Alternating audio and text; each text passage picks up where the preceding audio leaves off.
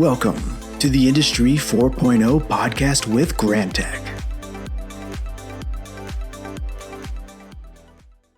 Hi, everyone, and welcome to today's episode of the Industry 4.0 podcast with Grantek.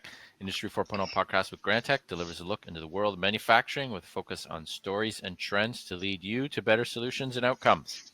My name is Dave McKenna. I'm Smart Packaging Solution Leader at Grantek, and today I'm joined by Doug Yerger. Doug is one of our principal engineers at Grantek, and he has over 30 years experience architecting, designing, actually implementing, commissioning, supporting PLC control systems, robots, vision systems, databases, MES, warehouse management, SCADA, HMI, and Doug's a leader in the company. He provides, as principal engineer, he provides governance, he provides technical direction, and helps us handle technology change and new ideas and movement in the industry. Doug also helps with the HMI and SCADA standards committees, ISA 101 and 112, and is part of the International Society of Automation, the ISA. So very happy to have you on the call, Doug. Thank you, Dave. Awesome. So before we get started, I like to ask guests kind of their story. How did you get into this wonderful world of manufacturing automation that we're in? Where'd you start? Why are you still doing it? Why are you still doing it? Kind of how'd you get where you are, and what's the story? Well, it actually started a long time ago, back in 1989, when I was a co-op student back in college. I was working with General Motors, and one of my assignments, I was working in plant engineering, and they said, why don't you go ahead and go over in our training center and take the PLC 2 and 3 training courses. So I took those, and our plant actually was an Allen Bradley training center. Like, we had got certified as that. So I got Allen Bradley certificates for PLC 2s and 3s from the training center, and it just kind of stuck with it from there and grew. Even when I went back to get my master's, it was with an emphasis on control theory and things like that, and I've just stuck with it over the years. Awesome. PLC 2 I've sort of heard of, and I think there was one food and beverage customer that was still running them. It's 2023 now, but they were running them 5 years ago, and I don't, maybe they still are. PLC 3 I never heard. I mean, everyone's heard of, well, many people have heard of 5s, and there's still lots of 5s out there. 3 I haven't heard. Is it? I mean, it's just a PLC, I guess, but 3, was that some exclusive 3 was General Motors thing or something? Or no, it was I'll say widely available, but yeah. it was a much larger one. It had more memory, though the memory cost a fortune even back in those days. Got it. For it. The cards on the main rack, like the memory cards, were a foot square, at least. They were huge. So it was a very large format on the main one, and then it still used the standard 1771 I/O for all of its I/O racks. Okay. I love those old PLCs, and when you picked up a chassis with some stuff in it, you really knew they're heavy. If you've never worked with older control systems, they're heavy. The chassis are like solid metal. The cards have a whole bunch of metal in them, and they're just bigger and heavier and taller, and they don't just snap in with some little flimsy. That's one thing I like, when you put those things in and then snap down the lock piece and whatever in it. It was metal and solid, and that thing's not falling out. You could turn the panel upside down and shake it, and nothing's moving on it. So were the programming terminals.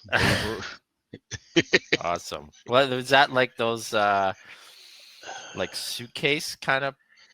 It was even before the suitcase ones. It was like a fixed screen with the keyboard on it, and they were monsters. Awesome. 1989, like an Apple. Well, like an Apple II. I'm trying to remember Apple II, because that was sort of my vintage. Oregon Trail sort of esque. Awesome. If you haven't seen any of this stuff, if you're a younger person, or you got into manufacturing later, or you're at a facility that doesn't have 30 or 40-year-old PLCs still running the place, take a look. They're kind of interesting what this stuff is, and built to last, I think, was another. I don't know that. I know some of the slick 505s, which were kind of around when I started. are starting to fail just from age and heat and chips falling apart over time. But a lot of this PLC 5 stuff is still going, which is incredible. And I don't think anything. I wonder if the new. I mean, what's your thought? Is Control Logics?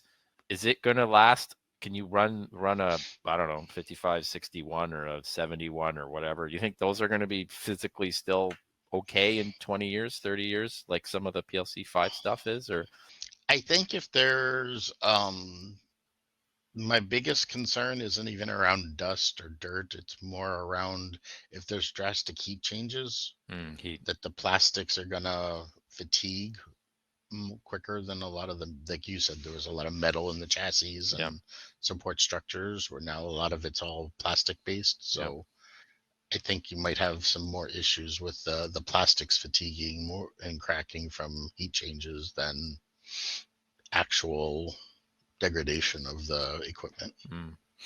I was always scared some of the time and not all the time in my career. I did get over it and got better at it, but just popping cards in and out, I was like, oh, this thing feels like if I'm leaning on it the wrong way, I'm going to snap it. But never actually did. But enough history kind of piece. Do you have anything you want to mention? Any events coming up? Any releases? Any exciting? Anything our guests should kind of know about? Any announcements?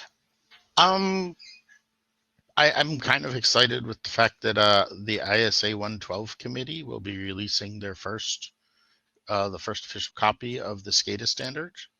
It's slated to be this fall, but I suspect it'll be definitely by first quarter next year. So for anyone who's sort of not as familiar with 112, maybe they never got past 111 or 110 in their ISA reading list. What is ISA 112? It's a brand new standard. It hasn't been published before. It's covering SCADA's, and as opposed to, if people are familiar with 101, which is like HMIs and high performance graphics, it's more on the design life cycle and structure of the SCADA system, not getting into screen level design. It's into the architecture design, the Okay, life cycle, like I said, what should be testing and qualifications and things like that. Like those, it's all around that higher level portion of it and saying what a SCADA system is supposed to do, not how to do it. got it. And mapping out your plan for a SCADA system, your standards to map out how you plan and set up your SCADA system more than your. Is that Yep. sort of Yep. close? Okay. Yeah, that's very close. It's there is a website already for it. Like the Okay. SCADA, the system is up there at the isa.org. You can just search for 112 and it'll bring up you can find the publication page there on what's going to describe the standard. Perfect. Okay. Well, recommend folks and making a new for forays into SCADA. Check it out. 101. If for people who don't know about it, high performance graphics is. Well, and Doug can correct me if I embarrassingly get this wrong. Is around how do you lay out? What do you make your screens look like so that your operators can be at high performance? It's about how do you convey information to them clearly and quickly and only convey what they need to know versus some of our favorite one of my favorite HMIs. It did not meet the ISA 101 standard, but it had some AGVs on it, and they didn't move or anything, but it would show vehicles that were at a plant, and when there was a fault from the vehicle, it would animate flipping on its side, and then flames would come up, and then it would flip back, and that was a board maintenance person's little bit of fun, but Yep. yeah, how do you just tell Yeah. people Well, what they need? the 101 standard was desperately needed back in the day because as we got HMI displays that could display those graphics, no one went to the should we display those graphics. So we got new animation tools. So we animated everything. We added flames and bubbles and everything else. And it's like, Right. what is that really helping the operator to know? The term they like to use is situational awareness. Like they should be able to walk to HMI and immediately know, am I running in spec or not? Like everything that draws the operator's attention should be things that aren't normal. If it's normal, it should not be drawing the operator's attention. Yeah. And I guess making it look like a video game does not, well, it looks cool.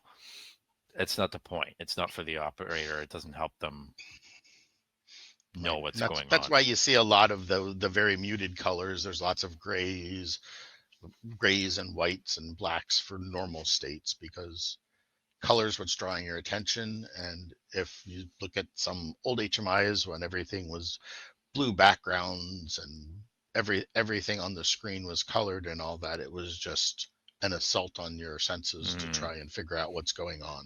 I guess the alternate title for ISA 101 would have been 50 Shades of Gray, but maybe that was too a little much, too early for that. too much for the automation community. And well, we only had 8 bits when we started. 8 so. bits, okay. 8 bits of gray. There you go. You can pass that along to them and see if they use that. So first question I always like to ask, and getting to the Industry 4.0 title of our podcast here, what does it mean to you? It's a broad term. It covers everything from 3D printing to data lakes and everything else in between. What does it mean to you? What's Industry 4.0? Yeah, and I know usually when people start throwing around a bunch of buzzwords and talking Industry 4.0, I often am rolling my eyes, because it's people doing that, just throwing around buzzwords and terms, and it's like, but what are you trying to achieve? And the way I look at Industry 4.0, because some people will be, oh, it's integrating like your ERP systems down to the plant floor, and I look back at it and go, well, back in the day, we could do that from mainframes over data highway to PLC 2s and 3s. So it's not what can we do with that. It's more making it easy to do, quick to do, and eliminating there's months worth of engineering to get these systems to all talk to each other, and we've got to get teams on both sides working together to get it all hammered out. And it's to make it it's getting it so things can be done quickly and efficiently, and using one of the terms I hate, the unified namespace, of being able to say, okay, we're going to publish at the lowest level and get the data in that structure all the way up through everything, where we don't have to redefine an interface each time and remap the data at each point along the way. So those are that's what I look at. A lot of the big push for Industry 4.0 is. I know we do have a little talk later on, but one of the things I'm really looking forward to it is actually the virtual assistance type thing, where when they're at a machine, tablet knows where it's at. It knows it's by the machine. It can show the faults and show on a layout where those faults are occurring and give possible solutions, and direct access to the manuals for what's going on, like where we can have. I see that as a big part of Industry 4.0 as well, is that streamlining data, not because we've had all that data before. It was just, I gotta go walk over to that HMI and look it up, and then I've got to go find the manual wherever it is. But it's streamlining it, getting people's hands so they can use it very quickly and very efficiently. I think you got a good point. That this has been done. A lot of the data piece has been done. Now, maybe everyone didn't do it. It was some of the leading manufacturers or places that had bigger budgets and bigger IT teams or OT teams that could kind of handle that. To your point, it's just more of this coming than ever before, and more flexibility in it. So it's not this rigid system. I mean, we did a point-based ERP to plant floor system in 2003, and it had all the data going up and down between plant floor and MES plant floor and ERP. And so in some ways you're right, this isn't new, but now more people can do it, more accessible, lower cost, more flexibility, and better, I think, tying the data in the ERP piece with your point about operators and assistant. And I want to ask a little more about that one, or what you've seen is better tools to do some of this stuff. So it wasn't better tools, to take that data or that information and make it more accessible. I mean, things like Power BI, which I'm a huge fan of. You had all this data before, but what could you really do with it? What could a business person do with it? Not just some super data scientist. I mean, yes, they can do we want them doing great stuff too, but more business accessible information, operator accessible information. And so, are you seeing penetration of tablets and to sites? How many? I Where is it useful? What are some of the use cases that you see on that? before I jump into that question, I do Sure. want to point out I loved your thing in there because one of the big problems with these early systems was it was very big on getting data, but not information. Yep. And now it's we need to get information in people's hands, and that's with ISA 101. That's one of the big things is putting a temperature that something 75 degrees on the screen doesn't tell you anything. Like you need context, whether upper and lower limits, maybe a spark line or something to say what your trends are. Like you need information about everything. Data Yep. is not valuable by itself. And the data, I think Um, the data stuff before with ERP to plant flora was ERP needs this. Hey, we need to know how many kilos of X we're right. producing because we need to update inventory because we need the finances correct in our plant and we need our finished good case count loaded into ERP because there's millions of dollars per day at stake on getting that wrong or having that late and so on. So I think those were some of the connection points. But now it's what can we get that's useful for operators and others to run the equipment, keep the equipment going. So tablets. How many? What use cases? What I've been seeing, a lot of them, the places I've been seeing them so far, which is not where I'm hoping for that virtual assistant, but I've seen them a lot for input devices. Instead of having a fixed terminal somewhere where the operators all have to go over to put in their data, if an operator is known to be mobile and going around, especially like someone on a lift truck, um, supervisor walking around that has a fairly big area, instead of saying, "Oh, well, to go and put something in, you've got to walk back over here." It's get something in his hand that he can use wherever he's at Mm-hmm. and make it useful. Those have been the big first push I see, and I think that's it's a great use case because it's freeing the person up. It's making it highly utilized right to start from because it's making their jobs easier, and it's bridging that fear of people. There's been a lot of fear in the manufacturing industry of having tablets on the floor of they're going to be easy to break, they're going to walk and disappear from being stolen, they're going to get lost. There's like all these fears around it where people have been trying to hold back from doing it, but now that we're seeing benefits of having it out there with that hurdle gone, and of course always lowering costs of entry Right. going on with the tablet realm, it's making it okay. It's making it a lot more convenient to get those things out on the floor, and we're seeing it more and more, and I'm really looking forward to that. It puts a little more work back in our thing because now instead of having one static layout that says here's what the machine looks like, it's like, well, yeah, but what does it look like from that side, or what does it, Mm, like if we're trying to do it as a situational awareness of knowing where the tablet actually is in the over, when you're looking at an overview, kind of doing a you are here type thing, we have to put more design into those screens to make it work that way. for sure. I can remember commissioning a system, a complicated conveyor system in a food and bev site, and the HMI location got moved like late or during installation, and so all of our screens were now reversed. We were showing kind of it backwards from where the operator would be, and then we had to run. I'm running this conveyor line for it was a distribution to do order merging and for shipping and loading orders into trucks. And man, was it confusing that everything was sort of opposite. I'm trying to touch one conveyor and I'm moving the wrong one compared to what I thought. So we had to flip the screens. But yeah, you got a point that unless you just go top down and cheat on it, but you kind of need to make things line up with how the person's looking at it. Plus the screen size changed. I mean, that's another one. Everything is modern SCADA applications, and there's at least some are supposed to be resizable, HTML5 adaptable, all that. Yep. But I'm always So they suspicious of that. still sell those little 7-inch HMIs that I think every controls engineer despises. Yeah, I mean that's the OEM, right? I got to get what how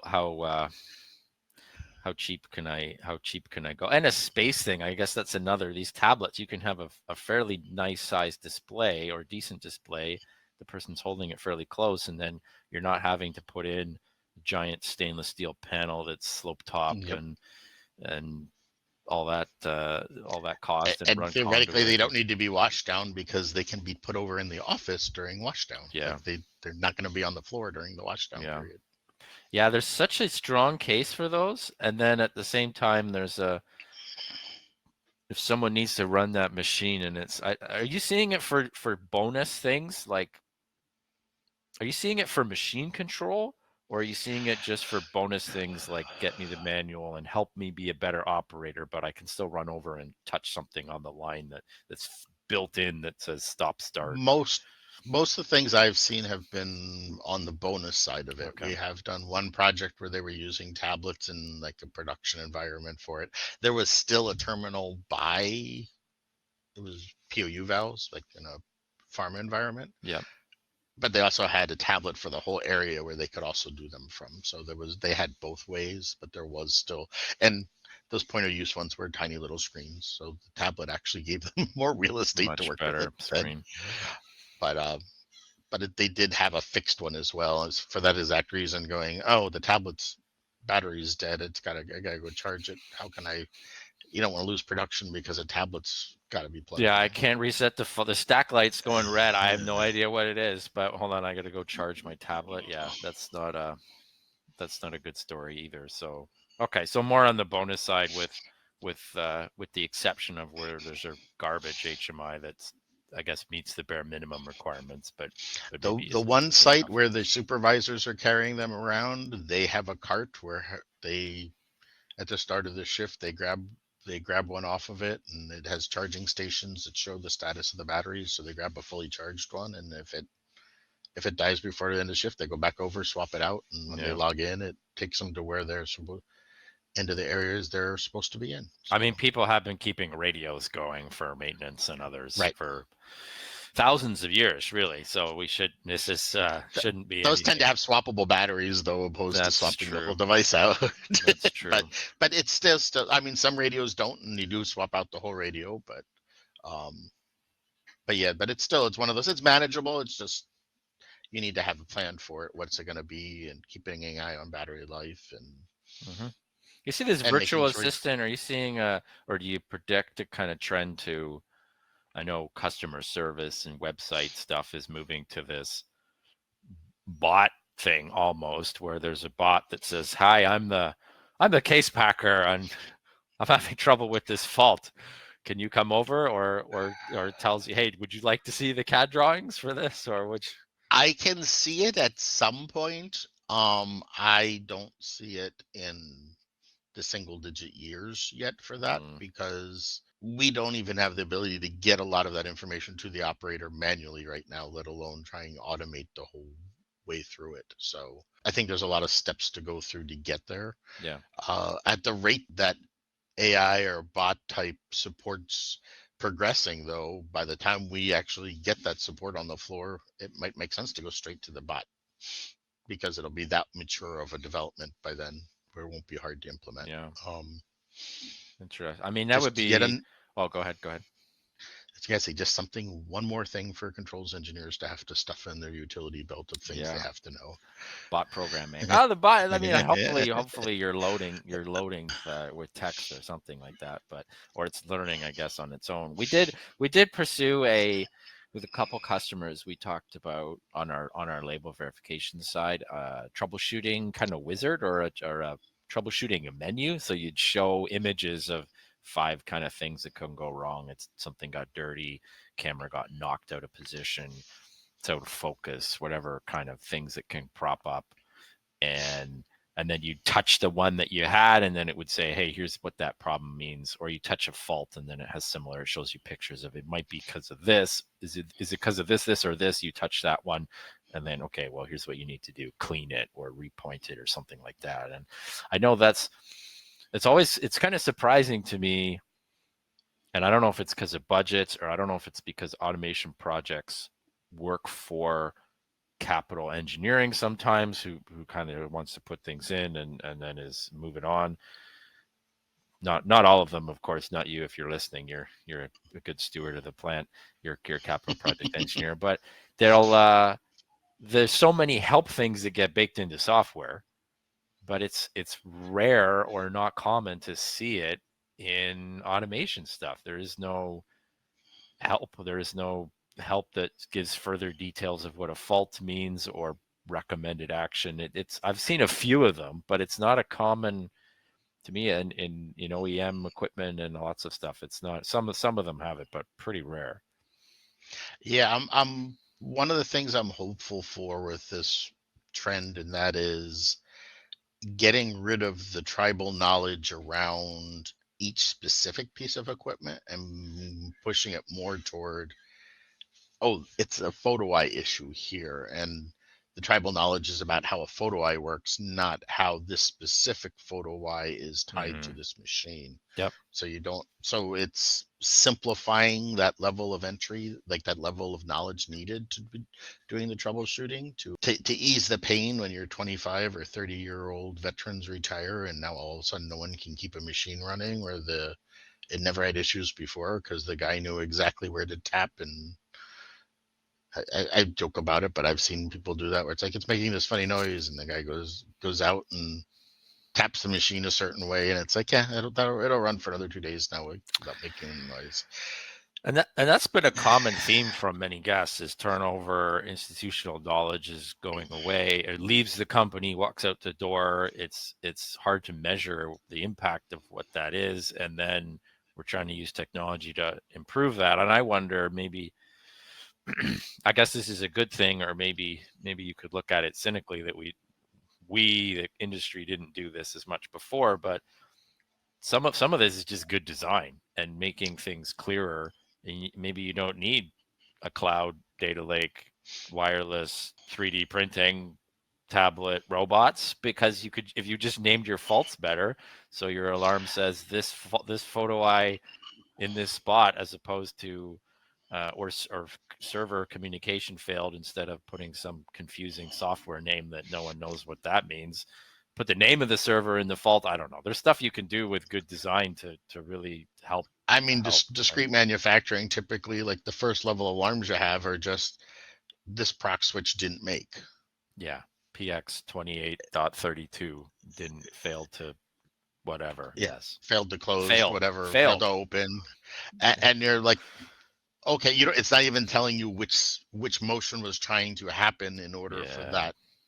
that photo eye to fail. So now you're looking on the screen for the red dots, and tracing them back and going, well, it's on this cylinder, and you're kind of digging through things where it's like we need, and it kind of goes back to what we talked about before, data versus information. Like we need to get troubleshooting information in their hand, not just data.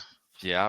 And I'll say I'm as guilty for some of those as others going back. I mean, they don't let me touch the PLC code anymore, which is probably good for all of us at this point. But yeah, it's engineer design as opposed to engineer design for an operator, right?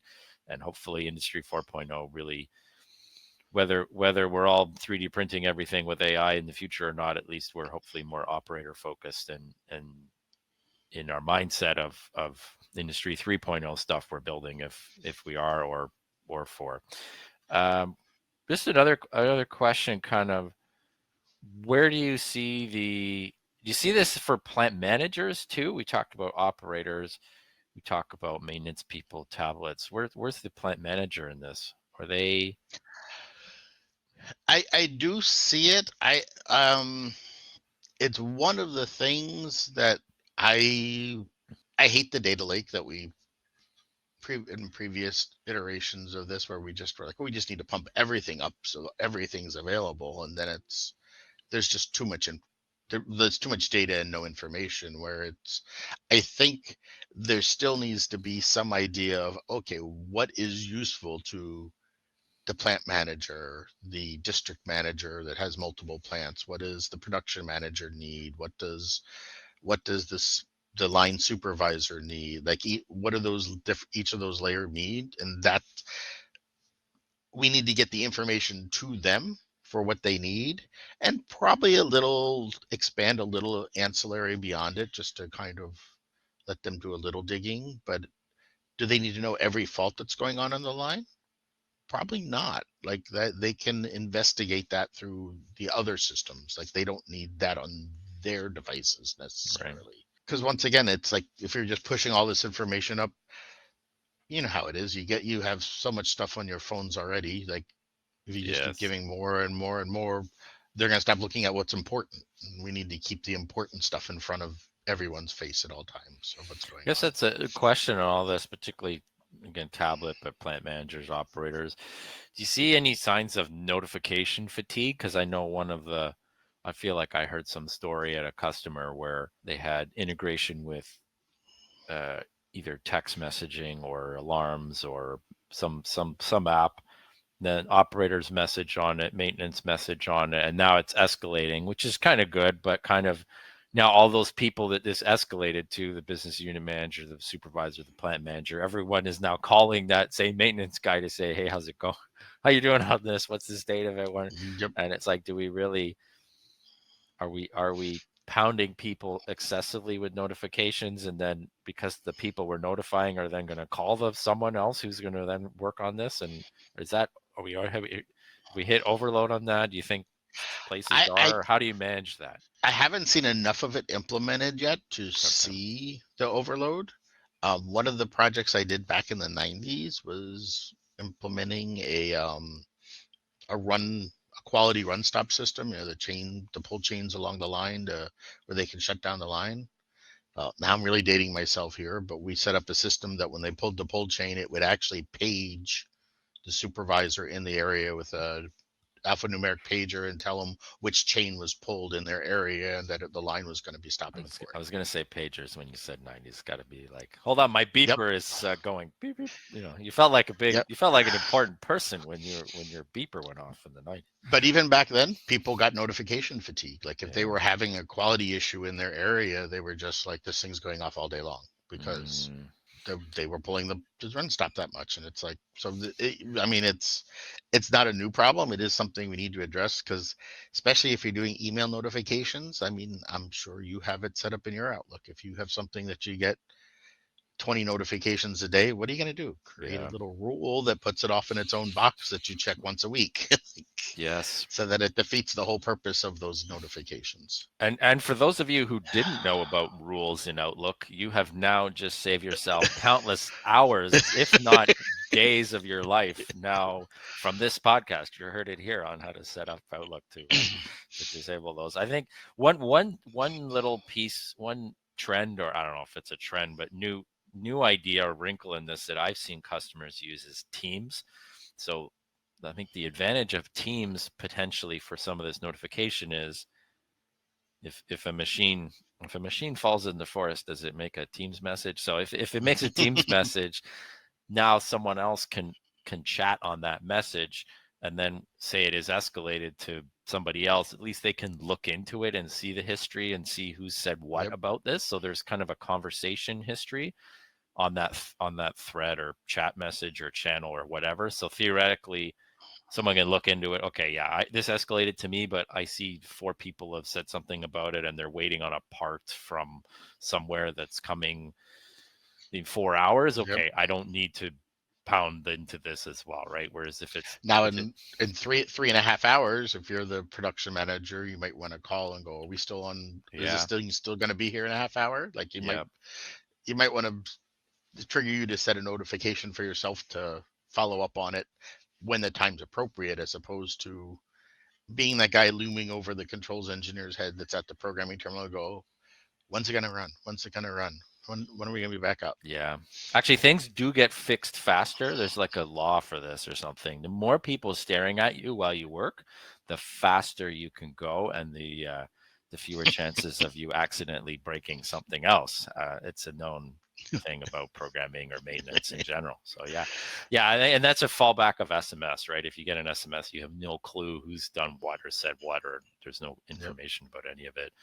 And I know this sort of brings to more of a mass level some plants we put in these things where building automation system kind of stuff where you have a global alarm management system, and it's like a ticket gets created for each alarm, and you can put notes on it and response history and escalate it and acknowledge it and mute it or shelve it, and then it is all that kind of piece. But that's maybe that comes now to and you could just put one of those in, but Teams maybe lets you do that a little more without quite as much rigor and documentation and reporting, but maybe it's a bit faster, easier for just getting it in quickly and communicating amongst the team. But because you're not going to let everyone into your alarm management system to necessarily post, chat, comment, so on. So no, good. That's an interesting one. So where do you see, what kind of, we talked a lot on some specific kind of detailed stuff, just big picture. What are you, backing up a bit, what are people trying to solve with these new technologies, with all this information for an operator? What do you get out of it? What are some of the drivers of this? And I look at it as one of the big things we're trying to fix with it is downtime, which is always a thing. And be like, well, how is getting operator information or technicians information solving downtime issues? And it's like, well, mean time to repair, if the information's at their fingertips, hopefully we can get that much shorter. mm-hmm.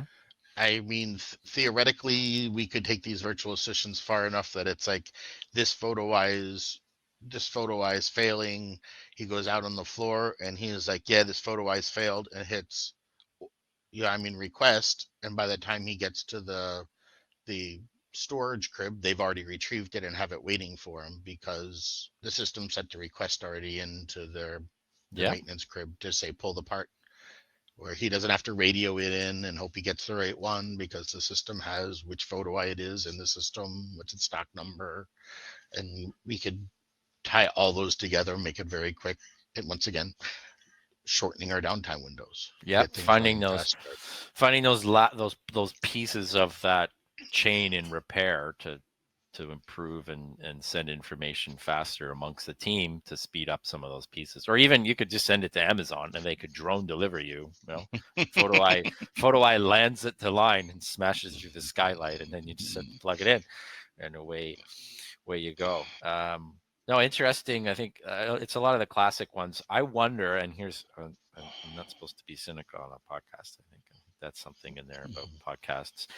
How many companies are spending money on some of this stuff and then still not doing just basic maintenance? I mean, there's one customer I knew of, and we struggle with them for funding on projects, and fine, so be it, priorities. But there was basic PMs like greasing belts and stuff like that they were having to skip or do at half the frequency they would want to do, kind of thing, because they were being squeezed. So hopefully some of this is we're adding, but we're still doing the non-sexy basic maintenance that you need to just keep things spinning and going. And even on the drawing on your cynicism and expanding it, even in the worst case scenario, okay, we have this conveyor, we've been automatically generating lubrication requests, the maintenance request's been denied, skipped and all that, but that's in the system, and now we have a failure. Now do we have an argument to go back and go, we need to be doing these? Yep. And so if that means we need to hire an extra maintenance person for PMing or something, like, or we need to have a pay, schedule in a maintenance weekends or whatever, like there's now a cost justification because we can actually say, hey, this conveyor is supposed to last so many 100 hours, so many 1,000 hours. Yep. It's failing a lot earlier, and hey, but we're not doing our maintenance on it. So, I mean, but this one over here, the way we did the maintenance on it, or did most of the maintenance on it, is still running just fine. I mean, that'll be an interesting question, because I don't know that many people are raising, and it should do this, and I would hope it do this, and the truth of what's going on, seeing more truth of what's going on somewhere is always a better thing, whether it's, maybe it makes some people look bad at times or make some decisions look bad, but hopefully, I mean, the data that comes out of all this may cut two ways. It may, some management it may point out the management who put it in, it may point at some of their other decisions and say, yeah, that's not a good decision that you've made there. And hopefully there's the courage and humility to use this to redirect in some points where kind of needed. But I don't know that, yeah, that's been raised as a, hey, this may make. I'm just kind of hoping. I mean, I think we're all seeing the trend in the industry of hacking and slashing everything and doing everything, not putting investments into maintaining equipment, upgrading equipment, things like that, where it's like we're going to run it till it dies and then we'll just replace it. Mm-hmm. Which And is a business model. I mean, you yep, sometimes, I guess that does make sense. Depends on your downtime cost. Depends on your, I don't know, the lifespan of your product, and maybe no one's. It's, you don't want to margins. see anyone do that. You don't want to see anyone do that, because we've been the guy who's called in a panic and has to go in there and put some bubble gum in the panel to get the thing going again. But Yep. yeah, I guess you'll see that business case. The data will be there to say this makes sense or no. Hey, this run till failure model doesn't really work. It makes somebody's capital expense look good, but hey, we're taking a beating. I mean, I guess hopefully we'll see. And on that, so I'm gonna kind of we're this is great conversation, Doug, by the way, and I think really a pleasure to have some free time to go over kind of where things are moving with you. I'm going to kind of close with two questions. So from an earlier guest, how do you find the right balance between centralized and decentralized digital transformation? I think I'm going to go back a little bit to what I was saying is knowing what the user is looking for. And that user might be your CEO, it might be a plant manager, it might be regional manager, it might be your supervisor. Like, kind of just saying, oh, we're going to decentralize our information and or we're going to centralize it all to corporate. It's like, does corporate need that information? Because it's one of those, if we have to generate it in the plant and push to the cloud anyway, does it make sense pushing something to the cloud that doesn't, no one that has access to the cloud really wants or is going to use, or it's just going to get lost in the weeds where they're going to be digging through things that looking for data. I mean, looking for things when it's not really what their job's about.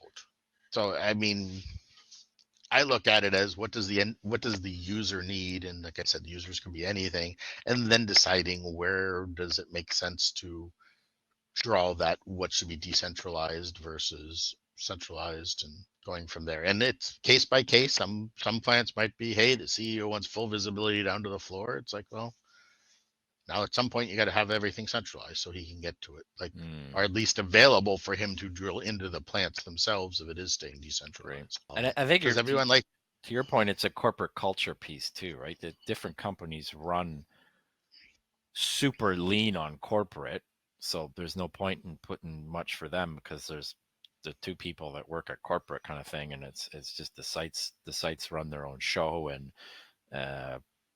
there's no corporate person kind of driving accountability. Well, at the lower level, let's say, that wouldn't drill in at the lower level versus other companies with a stronger corporate piece. So I think good point. It's really subject to case by case. What are the kinds of information? What are the kinds of digital transformation we're talking about? Who would consume it, and what's the corporate culture and structure of the company to accept that or not? I mean, we even have the standpoint of, I mean, I think we've all been in the middle of nowhere at a effectively standing in a cornfield that has a plant in the middle of it, and it's, oh, they have a really bad internet connection. I mean, Right. I know we have some customers overseas where they have really bad connections between their plants and they're even on the same campus, and it's like, do you really want to be relying on everything being centralized when it could be down for days at a time? Right. What's realistic, right? Is there a question that you'd like to the next guest to ask? What in 4.0 question would you like answered? I'm actually stealing it from stealing the idea from it from one of my managers over the years. Was the, if you have a magic wand and could change anything, what would you change about Industry 4.0? All right, and we'll ask that. Leveraging. I think leveraging is a better word, more positive word than stealing. Where you're leveraging that manager, right? To increase your degree of force based on your distance from the fulcrum, if I got that part right. Well, Doug, Yep. thank you very much. This has been a great conversation. Hope our guests have learned something. I know I have. And again, thank you for coming. And thank you, Dave, for having me. Awesome. So thanks for joining us, everybody listening on the Industry 4.0 podcast with Grantek. Please do hit subscribe. If you have any questions or feedback or thoughts, email to info@grantek.com, and hope you can join us again next time. Thank you very much. Bye-bye.